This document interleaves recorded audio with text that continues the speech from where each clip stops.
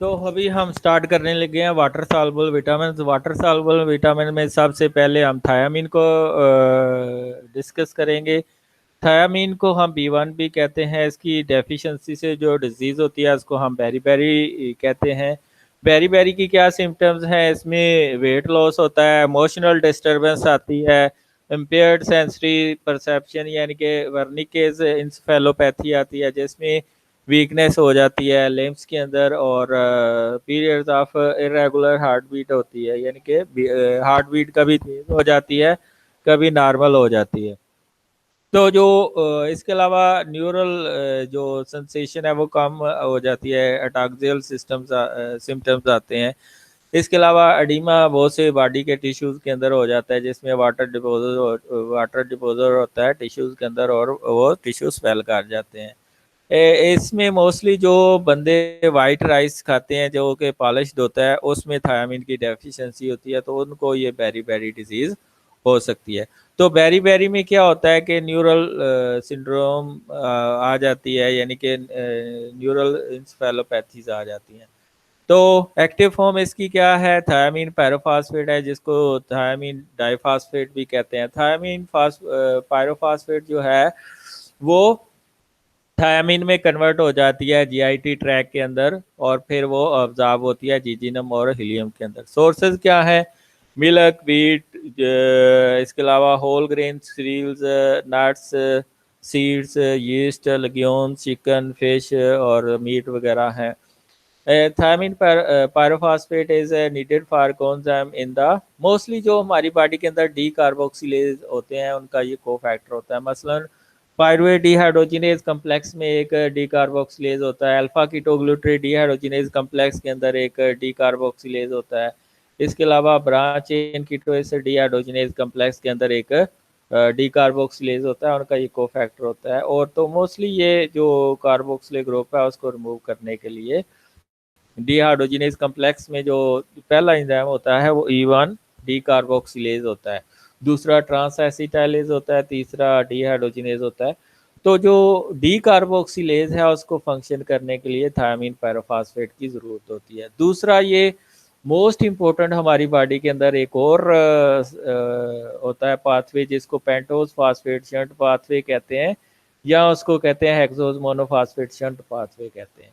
उसके दौरान क्या होता है, वेरियस पेंटोजेस सिंथेसाइज होते हैं और NADPH सिंथेसाइज होते हैं, और NADPH मोस्टली जो रिड्यूसिंग एंजाइम है उनका ये को फैक्टर होता है। बहरहाल ये जो हेक्सोज मोनोफास्फेट शंट पाथवे या पेंटोज फास्फेट पाथवे है, इनके अंदर एक कोई बहुत ज़्यादा ट्रांसकीटोलेज रिएक्शंस होते हैं, उनका ये को फैक्टर है थायमीन। तो अगर ये ट्रांसकीटोलेज रिएक्शन रुक जाएंगे थायमीन की डेफिशिएंसी की वजह से, तो पेंटोसिस बनना भी बंद हो जाएंगी, जो कि न्यूक्लियोटाइड की सिंथेसिस के लिए ज़रूरी है। इसलिए ये इम्पोर्टेंट होता है नर्व कंडक्टेंस के लिए और मेम्ब्रेन की सिंथेसिस के लिए।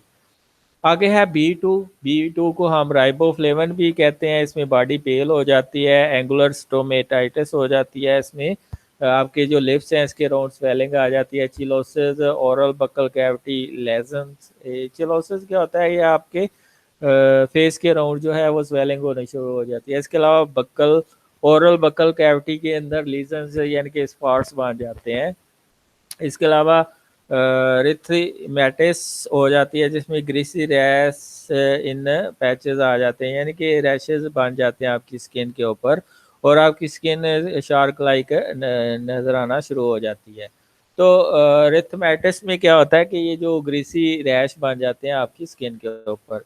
अच्छा, इसकी राइबोफ्लेवन की जो B2 की एक्टिव फॉर्म है उसको हम FAD या FMN कहते हैं। जो डाइट्री FMN FAD है, पहले वो हाइड्रोलाइज हो जाता है राइबोफ्लेवन के अंदर, और फिर वो अब्जॉर्ब होता है ड्यूटीनम के अंदर या जीजीनम के अंदर। इसके अगर सोर्सेज को देखें तो milk, milk product, eggs, green vegetable, organ meat है, लेग्यूम है, व्हीट जर्म है।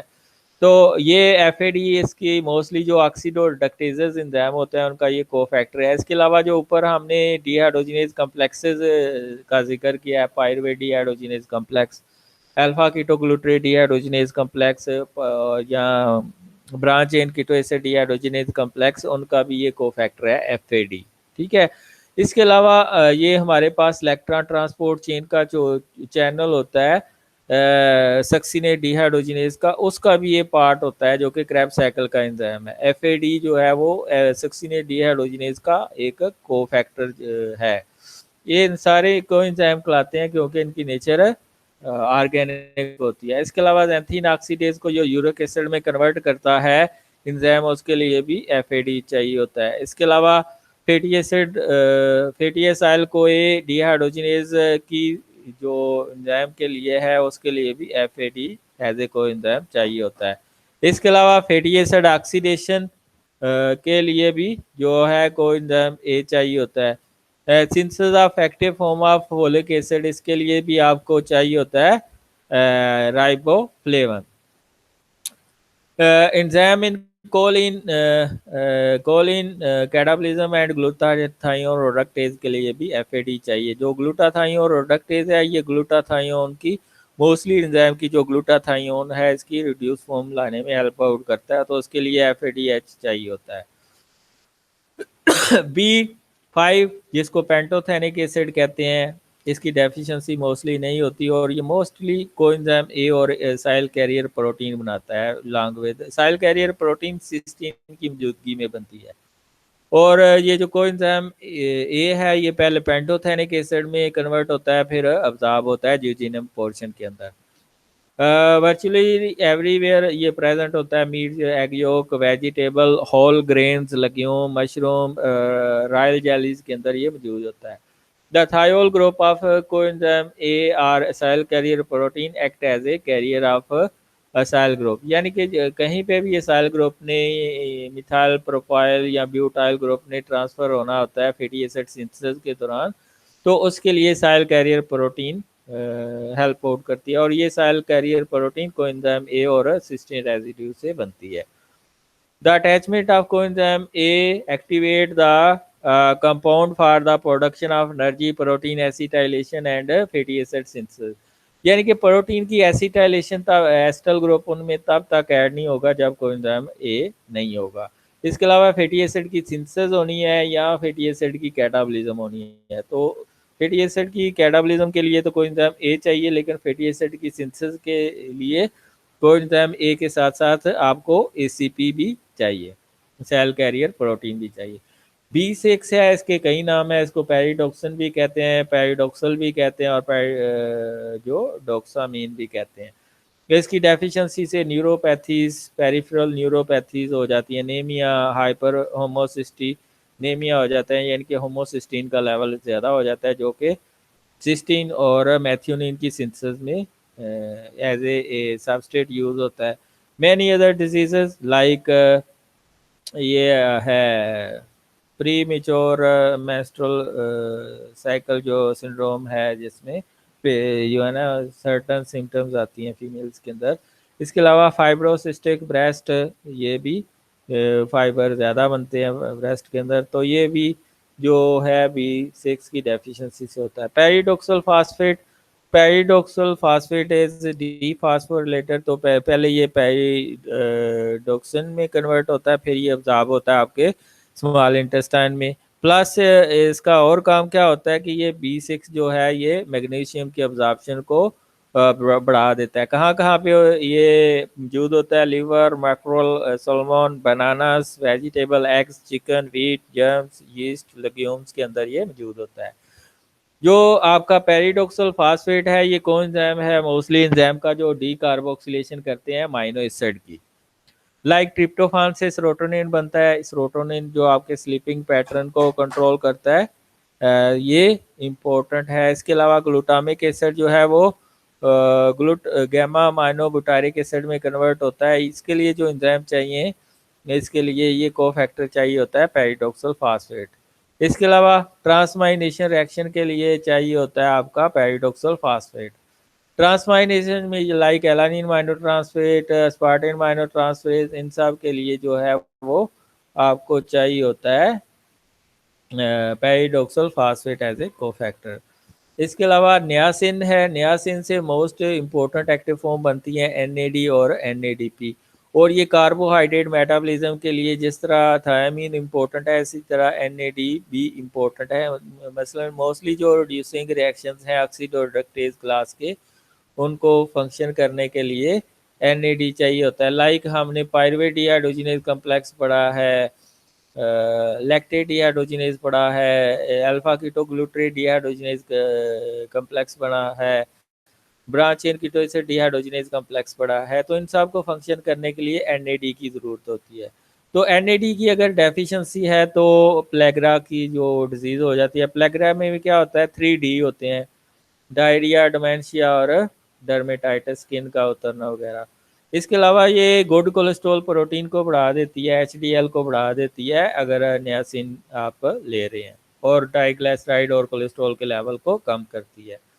तो इसकी एक्टिव फॉर्म क्या है, एनएडी और एनएडीपी। जो आप इन नियासिन लेते हैं ये आपके स्मॉल इंटेस्टाइन में ऑब्जॉर्ब होती है, लेकिन कुछ आपके स्टमक के अंदर भी ऑब्जॉर्ब होती है। सोर्सेज क्या हैं, ग्रीन वेजिटेबल्स हैं, meat, poultry, fish and eggs हैं। Niacin is a B to 3 vitamins that made and used by your body to turn food into energy। ठीक है, क्यों? क्योंकि ये मोस्टली इंजाइम का को फैक्टर है, लाइक पायरुवेट डिहाइड्रोजिनेज कम्प्लेक्स है, तो इसलिए ये एनर्जी के लिए बहुत इंपॉर्टेंट है। इसकी डेफिशिएंसी से न्यूरल डिजीजेज हो सकती हैं, डाइजेस्टिव सिस्टम जो है वो आपका कर सकता है इफेक्ट। तो ये डाइजेस्टिव सिस्टम को भी बूस्ट अप करती है और नर्वस सिस्टम को भी बूस्ट अप करता है। Niacin is often part of a daily multivitamin, but most people get enough niacin from food they eat। आगे B12 है, ठीक है। ये जो आपका नियासिन है इसको हम B3 भी कहते हैं। नियासिन को हम क्या कहते हैं, B3। B12 कोबालामीन, इसकी जो है दो एक्टिव फॉर्म है, मिथाइल कोबालामीन एंड डीऑक्सी एडिनोसिल कोबालामीन। कौन कौन सी दो एक्टिव फॉर्म है, मिथाइल कोबालामीन एंड डीऑक्सी एडिनोसिल कोबालामीन। इसकी डेफिशिएंसी से मेगालोब्लास्टिक एनीमिया हो जाता है, लेकिन इस मेगालोब्लास्टिक एनीमिया को हम परनीशियस एनीमिया भी कहते हैं, क्योंकि ये विटामिन B12 की डेफिशिएंसी से होता है। मेगालोब्लास्टिक एनीमिया एक और विटामिन की डेफिशिएंसी से हो जाता है, जिसको हम फोलिक एसिड कहते हैं।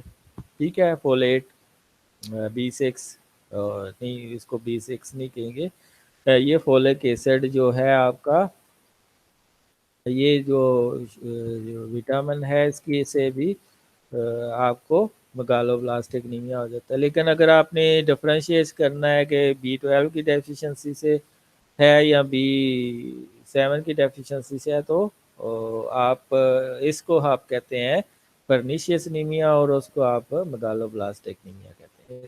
तो मैक्रोसिटिक एनीमिया भी है, इसकी डेफिशिएंसी से हो जाता, हाइपर होमोसिस्टिनेमिया भी हो जाता है, और न्यूरल डिजीजेस भी हो जाती हैं, लाइक डिमेंशिया, जो अटाक्सियल सिस्टम्स आती हैं, ये इसकी डेफिशिएंसी से आते हैं। तो B6 पैराडॉक्सल फास्फेट है, और B12 आपके पास दो फॉर्म है, मिथाइल कोबालामीन और डीऑक्सी एडिनोसिल कोबालामीन। अब्जॉर्प्शन क्या होती है, आपके स्मॉल इंटेस्टाइन के अंदर एक इंट्रिंसिक फैक्टर प्रोटीन है जो कि विटामिन B12 की अब्जॉर्प्शन करती है। Liver, kidney, eggs, cheese, fish, milk ये सोर्स हैं विटामिन B12 के। Deoxyadenosylcobalamin is a coenzyme for the conversion of methyl malonyl-CoA into succinyl-CoA during gluconeogenesis and short-chain fatty acid metabolism। ये B12 जो है म्यूटेज enzyme ये convert करता है L methyl मैलोनाइल-CoA को सक्सिनाइल-CoA में, और फिर ये सक्सिनाइल-CoA क्रैब साइकिल में यूज होकर ग्लूकोज बनाता है, यानी कि एक्सालो एसीटेट बनाता है, और एक्सालो एसीटेट फिर चेंज हो जाता है ग्लूकोज के अंदर। Methylcobalamin is a coenzyme in the conversion of homocysteine to methionine, यानी कि होमोसिस्टीन की कन्वर्जन होती है मैथियोनिन और सिस्टीन के अंदर, इसलिए इस ये फोलिक एसिड की सिंथेसिस में भी हेल्प आउट करता है। तो होमोसिस्टीनेमिया हो जाता है फोलिक एसिड की डेफिशिएंसी से भी और विटामिन B12 की डेफिशिएंसी से भी। तो methyl group methyl tetrafolate to tetrahydrofolate में ये कन्वर्ट हो जाता है। This step help to maintain the stores of methionine and create tetrahydrofolate needed in the nucleotide and nucleic acid synthesis. Biotin biotin जो है इसकी डिजीजेज तो नहीं है, लेकिन थोड़ी सी डर्मेटाइटिस हो सकती है। इसके अलावा इसकी एक्टिव फॉर्म कार्बोक्सी बायोटिन है। बायोटिन के ऊपर कार्बन डाइऑक्साइड ऐड हो जाती है in the form of carboxylic group ATP की मौजूदगी में, तो कार्बोक्सी बायोटिन बनती है। फिर ये कार्बोक्सिलिक ग्रुप ट्रांसफर हो जाता है किसी भी 3 कार्बन कंपाउंड या 2 कार्बन कंपाउंड के ऊपर, और वो 4 या 3 कार्बन कंपाउंड में कन्वर्ट हो जाता है। बायोटिन जो है एक प्रोटीन के साथ लगा होता है, वो प्रोटीन डाइजेस्ट हो जाती है, फिर ये आपके जीजीनम के अंदर अब्जॉर्ब हो जाता है। अगर आप रा वाइट एग यूज कर रहे हैं तो ये इनहिबिट कर देती है absorption of biotin from small intestine, तो राग यूज नहीं करना चाहिए क्योंकि ये बायोटिन की डेफिशिएंसी का कर देगी। Largely from normal flora of the gut, bacteria आपके स्मॉल इंटेस्टाइन में इसको बनाते हैं। Liver, soybean, egg yolk, legume, tomato and yeast, ये इसके सोर्सेज हैं। फंक्शंस क्या हैं? Function as coenzyme for the pyruvate carboxylase और एसिटाइल कार्बोक्सिलेज का इको फैक्टर है। जो पायरुवेट कार्बोक्सिलेज है ये ऑक्सालो एसीटेट बनेगा ग्लूकोनियोजेंसिस के दौरान या ग्रेब साइकिल में ये यूटिलाइज होता है। और एसिटाइल कार्बोक्सिलेज क्या करेगा? एसिटाइल कोए को मेलोनाइल कोए में कन्वर्ट करता है। फोलिक एसिड जो है ये इसकी डेफिशिएंसी से मेगालोब्लास्टिक एनीमिया हो जाता है। फोलिक एसिड की डेफिशिएंसी से क्या हो जाता है? Megaloblastic anaemia. फोलिक एसिड की डेफिशिएंसी से क्या हो जाता है? Megaloblastic anaemia. ठीक है, इसको हम B9 कहते हैं, B7, इसको B9 कहते हैं। ये जो आपका फोलिक एसिड है इसको हम B9 कहते हैं। तो अगर इसकी डेफिशिएंसी हो गई है तो मेगालोब्लास्टिक एनीमिया हो जाएगा या मैक्रोसिटिक एनीमिया। इसमें न्यूरल ट्यूब डिफेक्ट भी आते हैं जो कि न्यूरल प्रॉब्लम काज करते हैं आगे जाके। इसके अलावा इसमें हाइपर होमोसिस्टिनेमिया भी हो जाता है। टेट्राहेड्रोफोलेट इसकी एक्टिव फॉर्म है, और ये जो लगा होता है फोलिक एसिड पॉलीग्लूटामेट के साथ, ये पहले मोनोग्लूटामेट में कन्वर्ट होता है और फिर ये अब्जॉर्ब होता है आपकी जेजुनम पोर्शन के अंदर। सोर्सेज क्या हैं? लिवर, अल्फा अल्फा, green vegetable, lima beans, yeast, ये इसके सोर्सेज हैं।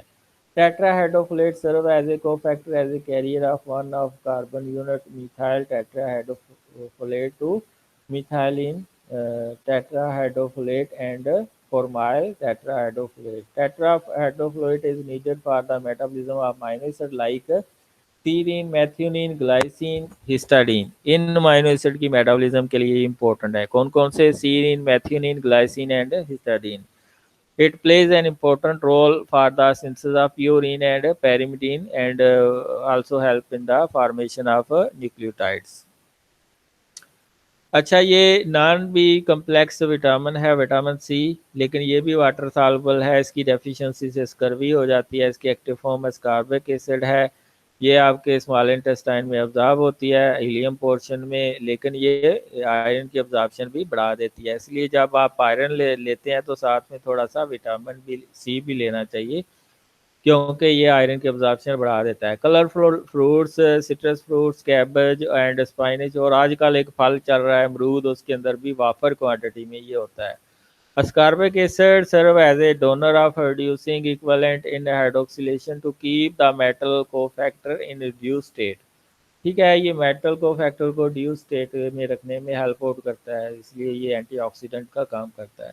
Vitamin C also help to regenerate the vitamin E and act as antioxidant. तो विटामिन सी डायरेक्टली तो एंटीऑक्सीडेंट नहीं एक्ट करता, लेकिन इंटरएक्टली क्या करता है? ये विटामिन ई की एक्टिवेशन करता है जो कि बड़ा अच्छा एंटीऑक्सीडेंट है। पेरोलिन हाइड्रोक्सी पेरोलिन में कन्वर्ट हो जाती है पेरोलिन हाइड्रोक्सिलेज की मौजूदगी में, और इसके लिए कोफैक्टर चाहिए आपको विटामिन सी। ठीक है, और ये कोलेजन की प्रो कोलेजन को कोलेजन में कन्वर्ट करने में हेल्प आउट करता है। इसलिए लाइसिन हाइड्रोक्सिलेज भी क्या करता है? लाइसिन की हाइड्रोक्सिलेशन करता है हाइड्रोक्सी लाइसिन, जिसकी वजह से जो कोलेजन के अल्फा हेलिसेस होते हैं उनके दरमियान हाइड्रोजन बॉन्डिंग स्ट्रांग होती है, जिसकी वजह से प्रो कोलेजन कोलेजन में कन्वर्ट हो जाती है। और अगर नहीं होगी तो स्कर्वी होगी। ये इसमें आपके लेग्स के अंदर से ये फट जाएंगे और इनसे ब्लीडिंग स्टार्ट हो जाएगी, और आपके जो आर्टरीज हैं उसमें भी बाज़ ब्लीडिंग स्टार्ट हो जाती है। तो ये है आपका वाटर बी कम्प्लेक्स और water soluble vitamin B, water soluble non B complex vitamin C. अगर आपको ये वीडियो पसंद आ रही है तो चैनल को सब्सक्राइब कर दें और बेल आइकन को प्रेस कर दें ताकि नेक्स्ट वीडियो का आपको जो लिंक आपके पास आता रहे। Thank you.